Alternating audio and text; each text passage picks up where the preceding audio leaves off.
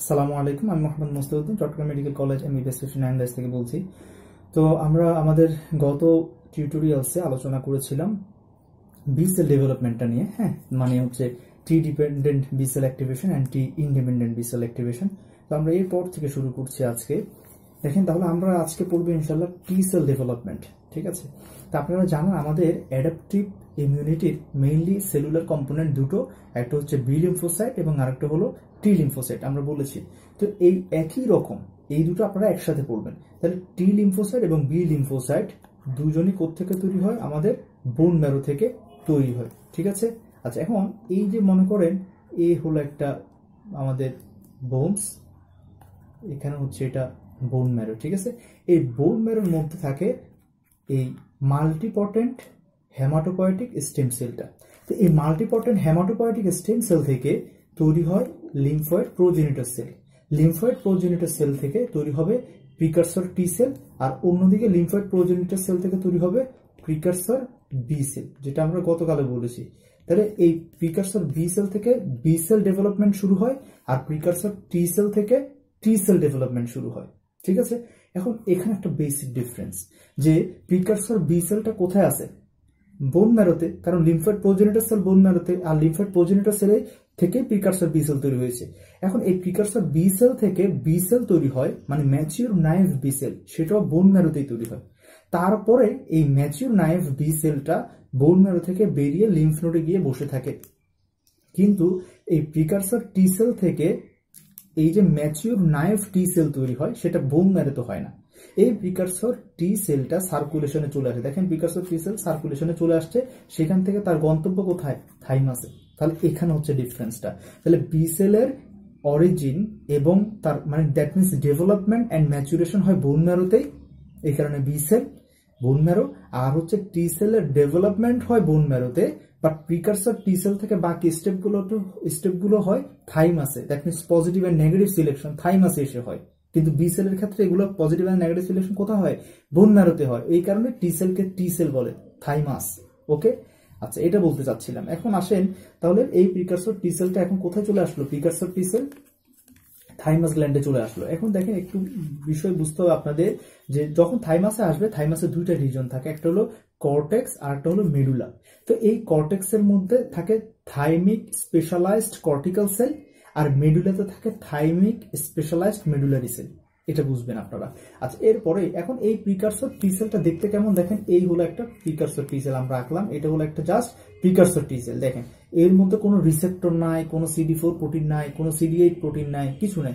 তো যেই মাত্র এই প্রিকারসর টি সেলটা থাইমাসের কর্টেক্সে আসবে, তখন তার মধ্যে এই জিনিসগুলো তৈরি হবে। যেমন কি কি তৈরি হবে? একটা টি সেল রিসেপ্টর তৈরি হবে, একটু পরে আমি বলবো কিভাবে তৈরি হয় টি সেল রিসেপ্টর ইনশাআল্লাহ। এই টি সেল রিসেপ্টর তৈরি হলো, তারপরে CD4 প্রোটিন তৈরি হলো, তারপরে CD8 প্রোটিন তৈরি হলো। এই তিনটা জিনিস তৈরি হলো প্রিকারসর টি সেলে। যখনই একটা প্রিকারসর টি সেলে এই তিনটা জিনিস তৈরি হয়ে যাবে, তখন আমরা তাকে বলবো যে এটাকে আমরা বলি ডাবল পজিটিভ টি সেল। এই ডাবল পজিটিভ টি সেলকে দুটো পরীক্ষা উত্তীর্ণ হতে হয়, একটা হলো পজিটিভ সিলেকশন আর একটা হলো নেগেটিভ সিলেকশন। তারপরে সে লিম্ফ নোডে যাওয়ার ক্যাপাবিলিটি অর্জন করে। পরীক্ষা কি? এই দুটো পরীক্ষা হলো আমাদের, এই একটা হলো positive selection exam, negative selection exam. আচ্ছা, তো এখন আসেন কে তার পরীক্ষাটা নেবে? পজিটিভ সিলেকশন, মনে রাখবেন পজিটিভ সিলেকশনটা হবে থাইমাসের কর্টেক্সে, আর নেগেটিভ সিলেকশনটা হবে থাইমাসের মেডুলাতে। তাহলে পজিটিভ সিলেকশনটা কে পরীক্ষা নিবে? থাইমিক স্পেশালাইজড কর্টিক্যাল সেল, তার এক্সামিনার। আর হচ্ছে আরেকটা হচ্ছে কি, যেটা নেগেটিভ পরীক্ষা, নেগেটিভ সিলেকশন, সেটাকে নিবে থাইমিক স্পেশালাইজড মেডুলারি সেল, উনি হচ্ছে তার এক্সামিনার এই ম্যাচিউর টি সেলটা। আচ্ছা, এখন আসেন আমরা দেখি কিভাবে তার পরীক্ষাটা নিচ্ছে। তার আগে আমরা একটু টি সেল রিসেপ্টরটা দেখি। আপনারা জানেন বি সেল মানে কি? বি সেলের রিসেপ্টরটা কি? অ্যাকচুয়ালি একটা অ্যান্টিবডি। একটা অ্যান্টিবডিতে দুইটা হেভি চেইন থাকে, এই যে কি থাকে, দুইটা হেভি চেইন থাকে, এই যে এখানে একটা হেভি চেইন আর দুটো হচ্ছে লাইট চেইন, দুটো হচ্ছে লাইট চেইন থাকে। এখানে একটা ডাইসালফাইড বন্ড থাকে, এখানে একটা ডাইসাল। এটা ছিল আমাদের কি? ইমিউনোগ্লোবিউলিন। আর টি সেলের ক্ষেত্রে হচ্ছে মনে রাখবেন এখানে মেইনলি দুইটা চেইন শুধু, একটা হচ্ছে আলফা চেইন, একটা হচ্ছে বিটা চেইন। ঠিক আছে, আচ্ছা, তো আলফা চেইনের মধ্যে একটা কনস্ট্যান্ট রিজিয়ন থাকে আর একটা ভেরিয়েবল রিজিয়ন থাকে, বিটা চেইনেও একটা ভেরিয়েবল রিজিয়ন থাকে, একটা কনস্ট্যান্ট রিজিয়ন থাকে। ইজি। আচ্ছা, এরপরে মনে রাখবেন এখানে আরো দুটো এক্সট্রা প্রোটিন থাকে। টি সেলের সারফেসে। একটা হচ্ছে CD4 প্রোটিন আর একটা হচ্ছে CD8 প্রোটিন, বলছি একটু আগে। আচ্ছা, এখন মনে রাখবেন টি সেল রিসেপ্টরটা, তাহলে এগুলো হলো কি টি সেল রিসেপ্টর। এই টি সেল রিসেপ্টরটা নিচে লাগানো থাকে CD3 প্রোটিন। আপনারা এত কিছু মনে রাখার দরকার নাই, শুধু মনে রাখবেন CD3 প্রোটিন, ঠিক আছে। আচ্ছা, এই CD3 প্রোটিনটার সাথে লাগানো থাকে ফসফোলাইপেজ সি এনজাইম। ওকে, তো phospholipase C enzyme intracellular calcium level বাড়ায়, সবাই জানেন, ফার্মাকোলজিতে আমরা পড়ে এসেছি। এই ক্যালসিয়াম লেভেল যখন বেড়ে যাবে তখন সে ক্যালসিনিউরিন নামক একটা প্রোটিন তৈরি করে। এই ক্যালসিনিউরিনটা তখন টি সেলের মানে যে নিউক্লিয়াসে যাবে, গিয়ে তাহলে নিউক্লিয়াসে কে থাকে, ক্রোমোজোম থাকে। ক্রোমোজোমে কি থাকে, ডিএনএ থাকে। ডিএনএতে কি থাকে, জিন থাকে। এই ক্যালসিনিউরিনটা টি সেলের একটা জিনকে অ্যাক্টিভ করবে, যে জিনটা দুইটা জিনিস তৈরি করে। কয়টা জিনিস তৈরি করে, দুইটা জিনিস তৈরি করে। একটা হলো ইন্টারলিউকিন 2, আরেকটা হলো ইন্টারলিউকিন 2 রিসেপ্টর। ইন্টারলিউকিন 2 রিসেপ্টর, বুঝাইতে পারছি? এই ইন্টারলিউকিন 2টা দিয়ে পরে সে কি করে, ক্লোনাল প্রলিফারেশন করে। ওকে, তাহলে এই বিষয়টা আপনাদের একটু বুঝতে হবে। আচ্ছা, এবার চলে আসি আমরা টি সেল রিসেপ্টরে। একই রকম, আমাদের এত ডিটেলস জানা দরকার নাই। কেউ বুঝতে চাইলে আমার ইনশাল্লাহ ওই টিউটোরিয়ালসটা দেখে নেবেন। আমি একটু ব্রিফলি বলি, সেটা হলো আমাদের এখানের মধ্যে দেখেন আমরা কি বলছি, টি সেল রিসেপ্টরে দুটো চেইন থাকে, একটা হলো আলফা চেইন, একটা হলো বিটা চেইন। তো এই লম্বা পুরো এটা হলো কি, এটা হলো যে আমাদের আপনার বিটা চেইন, আর এটা হলো কি আলফা চেইন। দেখেন, তো বিটা চেইনের মধ্যে আমি বলছি না, দুইটা চেইনের মধ্যে একটা ভেরিয়েবল রিজিয়ন থাকে, একটা কনস্ট্যান্ট। তো এই যে দেখেন এতটুকু হলো ভেরিয়েবল রিজিয়ন, যেটা ভিডিজে সেগমেন্ট নিয়ে গঠিত, আর কনস্ট্যান্ট রিজিয়নটা বিটা নিয়ে গঠিত। একইভাবে আমরা আলফা চেইনে দেখি, আলফা চেইনও কয়টা ছিল দেখেন, আলফা চেইনের মধ্যে এই যে একটা কনস্ট্যান্ট একটা ভেরিয়েবল, বিটা চেইনেও একটা ভেরিয়েবল একটা কনস্ট্যান্ট। তো এখন আলফা চেইনে এটা হলো কনস্ট্যান্ট রিজিয়ন আর এটা হলো ভেরিয়েবল রিজিয়ন। দেখেন এখানে প্রত্যেকটা জিন সেগমেন্ট অনেকগুলো, তো যে কোনো একটা, এখান থেকে V1, ওখান থেকে D1, এখান থেকে J2, এভাবে আমরা পারমুটেশন কম্বিনেশন করে মানে হাজার হাজার ধরনের টি সেল রিসেপ্টর তৈরি করতে পারবো। অর্থাৎ এই টি সেল রিসেপ্টরটা অনলি মাইক্রোব্যাকটেরিয়াম টিউবারকুলোসিসকে চিনবে, এই টি সেল রিসেপ্টরটা অনলি মাইক্রোব্যাকটেরিয়াম লেপ্রাইকে চিনবে, ঠিক আছে। মানে এইভাবে হয় বিষয়গুলা। এই টি সেল রিসেপ্টরটা অনলি নিজেরিয়া গনোরিকে চিনবে, তাহলে স্পেসিফিক, এই কারণে তো এটা অ্যাডাপটিভ ইমিউনিটি স্পেসিফিক। আচ্ছা, তাহলে এইভাবে আমাদের এটা তৈরি হচ্ছে। এরপরে চলে আসেন, তাহলে আমরা এখন পরীক্ষা দিবে সে, তাহলে কি বললাম, আমাদের বোন ম্যারো থেকে কি আসতেছে, প্রিকারসর টি সেল আসতেছে। তো এই প্রিকারসর টি সেলটা সার্কুলেশনে আসবে, সার্কুলেশন থেকে সে কোথায় ঢুকবে, আমাদের এই থাইমাসে ঢুকবে। থাইমাসের কোথায় আসবে, প্রথমে কর্টেক্সে আসবে। কর্টেক্সে বসে আছে কি, থাইমিক স্পেশালাইজড কর্টিক্যাল সেল। হ্যাঁ, তো থাইমিক স্পেশালাইজড কর্টিক্যাল সেলটা কি করবে, তখন সে এই মানে প্রিকারসর টি সেলের মধ্যে ইতিমধ্যে কি তৈরি হয়ে গেছে, এই যে দেখেন T cell receptor CD4 protein CD8 protein, ওর থেকে পরীক্ষা নিবে।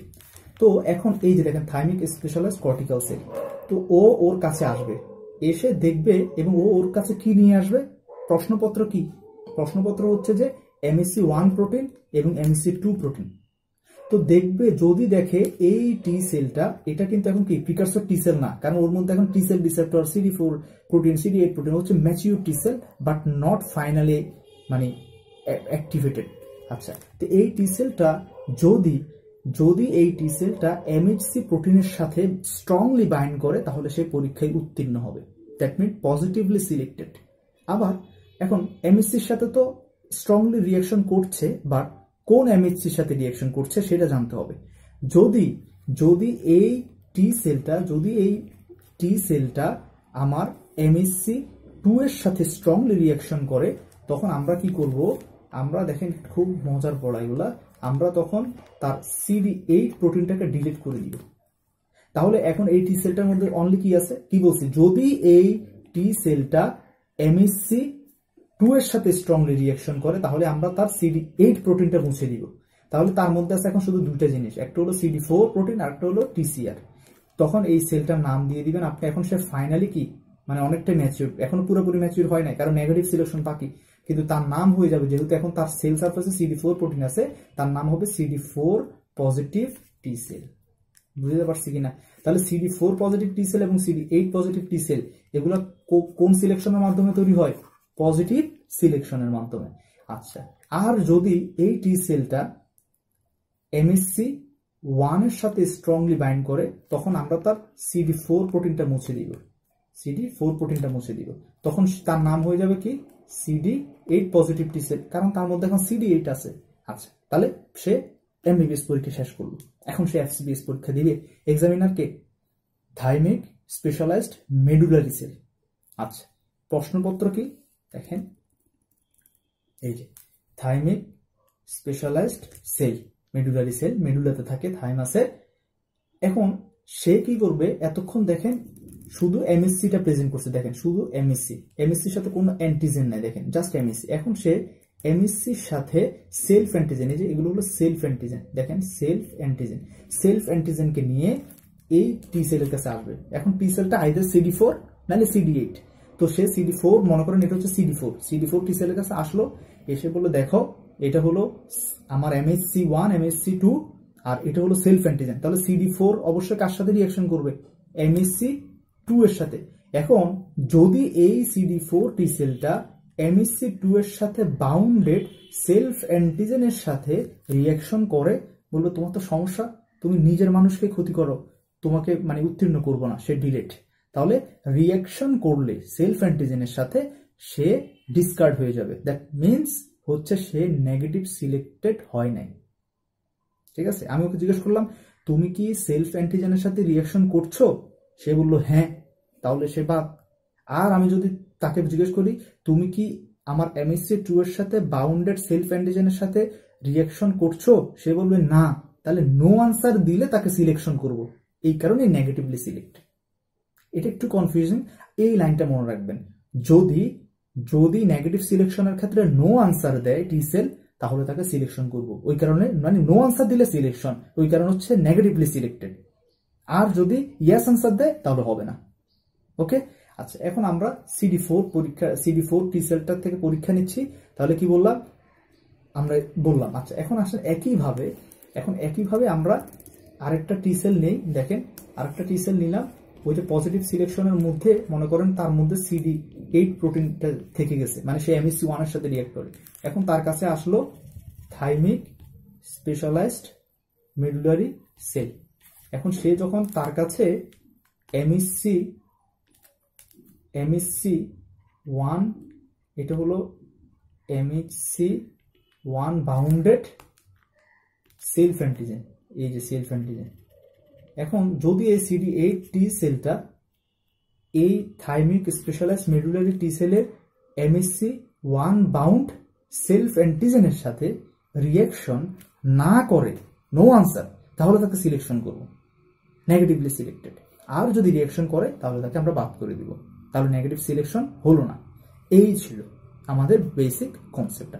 এই CD4 টি সেল এবং CD8 টি সেল হলো ফাইনালি একদম অ্যাকিউরেট ম্যাচিউর টি সেল। ঠিক আছে, ওরা পরিপক্ক। তারপর ওদেরকে এখান থেকে থাইমাস থেকে সার্কুলেশনের মাধ্যমে প্রত্যেকটা লিম্ফ নোডে পাঠিয়ে দিব, প্যারাকর্টিক্যাল এরিয়াতে ওরা CD4 এবং CD8 টি সেল বসে থাকবে। কার অপেক্ষায়? পেশেন্টের অপেক্ষায়। পেশেন্টকে মাইক্রো অর্গানিজম, জীবাণুগুলো আসবে, তারপরে তারা অ্যাক্টিভেট হবে, তারপরে কি হবে আমরা পরে বলবো ইনশাল্লাহ। তিনটা পাথওয়ে বলবো আমরা, হেল্পার টি সেল 1 মেডিয়েটেড ইমিউনিটি, হেল্পার টি সেল 2 মেডিয়েটেড ইমিউনিটি, হেল্পার টি সেল 17 মেডিয়েটেড ইমিউনিটি, এবং CD8 এর জন্য একটাই পাথওয়ে, এত ভাগ নেই, সাইটোটক্সিক টি সেল। ঠিক আছে, আপনাদের এই সাথে একদম ক্লিয়ার হয়ে যাবে। আচ্ছা,